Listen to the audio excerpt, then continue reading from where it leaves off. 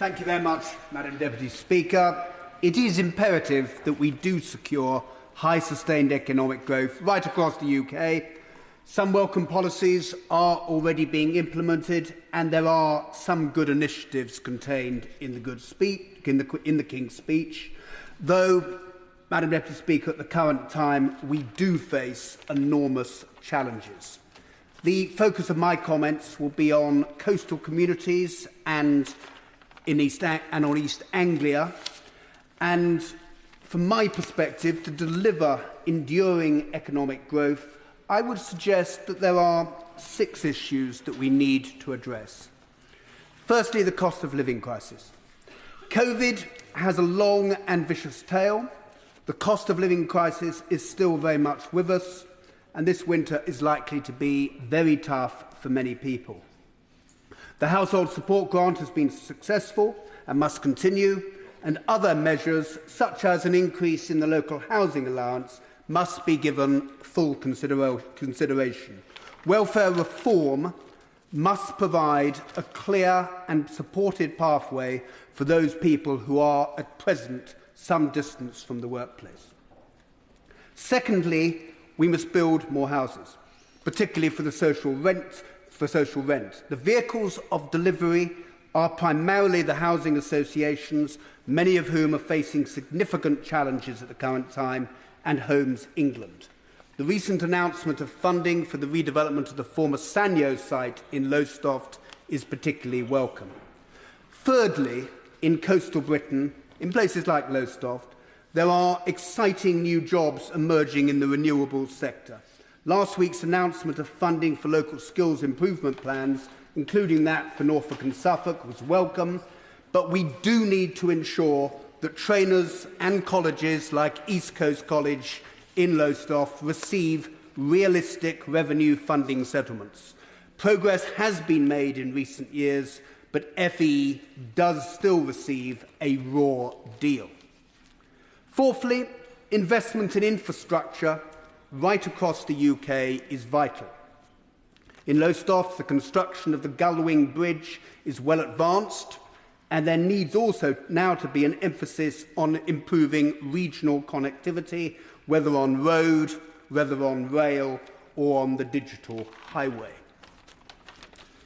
Around the UK, so as to encourage investment and to protect homes, coastal communities must be made secure from the more prevalent extreme weather conditions that we are now experiencing, and with an eye to the opportunities arising from offshore energy and sustainable fishing, there must be fiscal incentives to encourage investment in port infrastructure.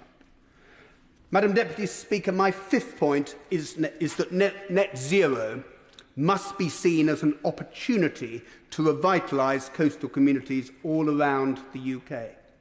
I can understand and am supportive of the rationale for the Offshore Petroleum Licensing Bill, but it must be part of a long-term strategy up to 2050 and beyond so as to maximise private sector investment. Energy policy must be set in a 30-year and not a 5-year framework. My 6th and final point, Madam Deputy Speaker, is the need to revitalise our towns, which for centuries have been the hubs of economic activity all around the UK. Towns deals, of which Lowestoft is a recipient, are welcome, as is the recently announced long-term plan for towns. But these initiatives can only provide financial support for a limited number of centres, and there is a need to put in place a framework for growth for all towns that promotes their revitalisation and ensures that they remain the honeypots for setting up SMEs. This framework could include making it easier to set up banking hubs. At present, there's a very high bar to do that. Continuing the reform of business rates.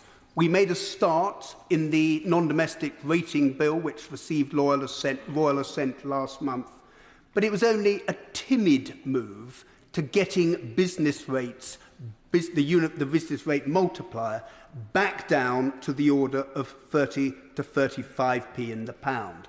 That is what is needed so as to ensure that businesses can plan with some certainty, rather than having to wait each year for that cliff edge of will the Chancellor, won't the Chancellor extend that particular relief. Thirdly, let's look at zero rating of VAT for the redevelopment of towns in and around our town centres. And my fourth and final point on this is that our town centres, our towns all around the UK, have an awful lot of heritage about them. Heritage which can, I would suggest, properly realised and properly embraced, help promote those town centres and get them back so that they really are those magnets and catalysts for economic growth all around the UK. Thank you, Madam Deputy. Mark Kane. Thank you, Madam